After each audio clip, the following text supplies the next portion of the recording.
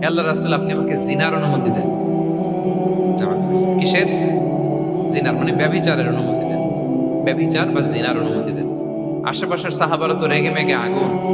ফাআকবাল আল কওমু আলাইহি ফাসাজারু, সবাই তাকে দৌড়ে ধরতে গেল আর ধমকাতে লাগলো, ছি ছি ছি, মাহ মাহ। আমরা যেটা বাংলায় বলি ছি ছি, আরবিতে ওনারা কি বলে? মাহ মাহ, ছি ছি। কি বলো তুমি? লজ্জা শরমের মাথাকে তুমি রাসূলুল্লাহর দরবারে এসে বলতেছে, হে আল্লাহর রাসূল, আপনি জিনার অনুমতি দেন। যে রাসূল আল্লাহর পক্ষ থেকে বাণী শোনায়, ওয়ালা তাকরাবুজ জিনা, তোমরা ব্যভিচারের নিকটবর্তীও হয়ো না। আর তুমি সেই নবীর কাছে এসে আবদার করতেছো জিনার অনুমতি দেন।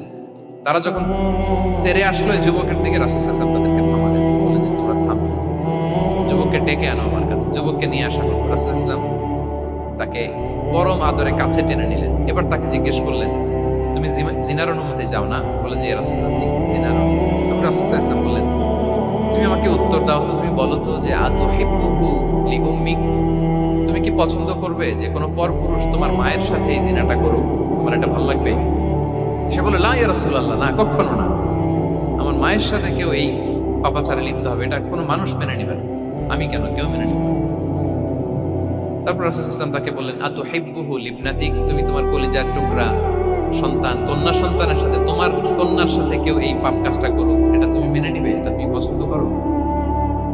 সে বলল, লা ইয়া রাসূলুল্লাহ, হে আল্লাহর রাসূল, কশিন কাল, কখনো মানবো না। আমার মেয়ের সাথে কেউ এই কাজ করবে কখনো। রাসূল সাল্লাল্লাহু আলাইহি ওয়াসাল্লাম আবার তাকে প্রশ্ন বানে জর্জরিত করতে লাগলেন। আবার বললেন, আতুহিব্বুহু লিউখতিক, তুমি কি তোমার প্রিয় বোনের সাথে কেউ এটা করুক, এই পাপাচারে লিপ্ত, জিনা করুক, পছন্দ করবে? তোমার বোনকে কেউ এরকম অপমান করবে, এটা চাইবে তুমি?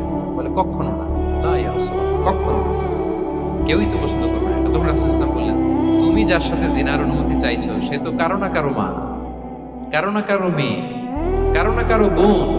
তুমি এভাবে কেন ভাবতে পারো না? সুবহানাল্লাহ। এই কথা বলার পরে তো সে একেবারে ইমোশনালি এমন ড্যামেজ হয়েছে, লজ্জায় কাঁচুমাচু হয়ে মাথা নিচু করে দাঁড়াইছে।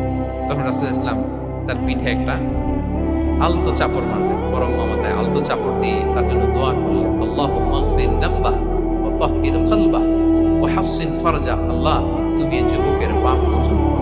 আল্লাহ, তুমি তার অন্তরটাকে পরিশুদ্ধ করো। আল্লাহ, তুমি তার চরিত্র